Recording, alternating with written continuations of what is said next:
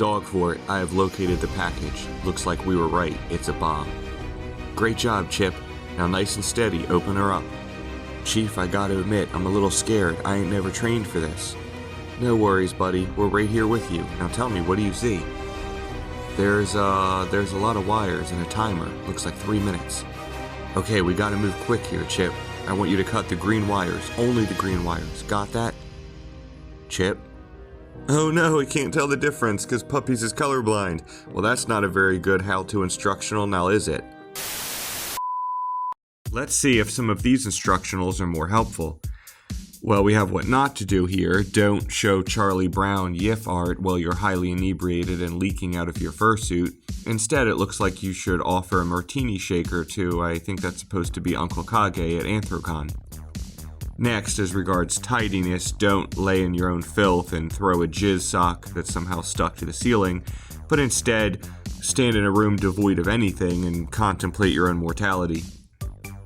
When it comes to disappointment, especially spilt milk, that can be challenging sometimes, but don't throw yourself down the steps in a fit of rage. Instead, you should don a biohazard suit to clean up the spilled milk. When you're giving an explanation of a furry convention to your family, I guess topics are more or less the same, but you could do without whatever you're doing to that plushie. As far as washing, I think everybody knows that hygiene is important, and there's not enough Febreze or Axe body spray in the world to cover up such things, so it's good to take a shower. Singing the Rickroll while showering is entirely optional, however. Obviously, you want your fursuit to be able to be seen in public, but I can't even imagine what would be under all these sensor bars, especially on the tips of the ears. When you're leaving the fandom, the only way out is through death. So it's best to just douse yourself with gasoline and allow yourself to be used as a campfire to roast marshmallows over, because there's no going back from there. Now, hot tubs can present social challenges of their own when you're in mixed company or sharing the hot tub, but one thing to generally not do is have someone wearing a snorkel and servicing you under the water while the hot tub is being shared with others. There is certainly nothing wrong with showing that you're part of furry fandom in public, but this is certainly not the way to go about it. When you're in an elevator, participating in spontaneous orgies are not a good thing to do, but it is okay to wear a BDSM mask and ask strangers, "Are you my mommy?" And remember, handshakes are important when you meet a new person. Just make sure that you reach for the right appendage. Okay, well those seemed pretty helpful overall. Remember the tiger from the other video, the one that was in the furry militia? Well, he's got one more pro tip for us: how to eat butt in public. I guess shooting lessons aren't the only thing he's good at giving. This is my rifle, this is my gun, this one's for shooting, this one's for fun. Alternative safety instructions. If you have set yourself on fire, do not run. If you spot terrorism, blow your anti-terrorism whistle.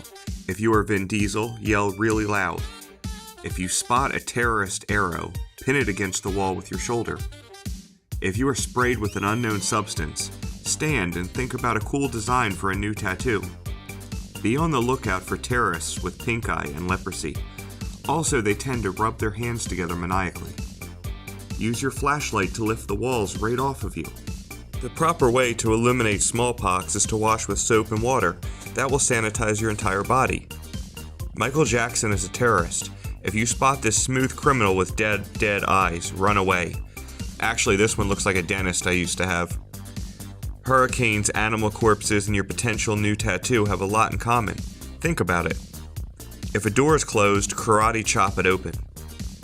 Try to absorb as much of the radiation as possible with your groin region. After 5 minutes and 12 seconds, however, you may become sterile and your balls may shrink or fall off.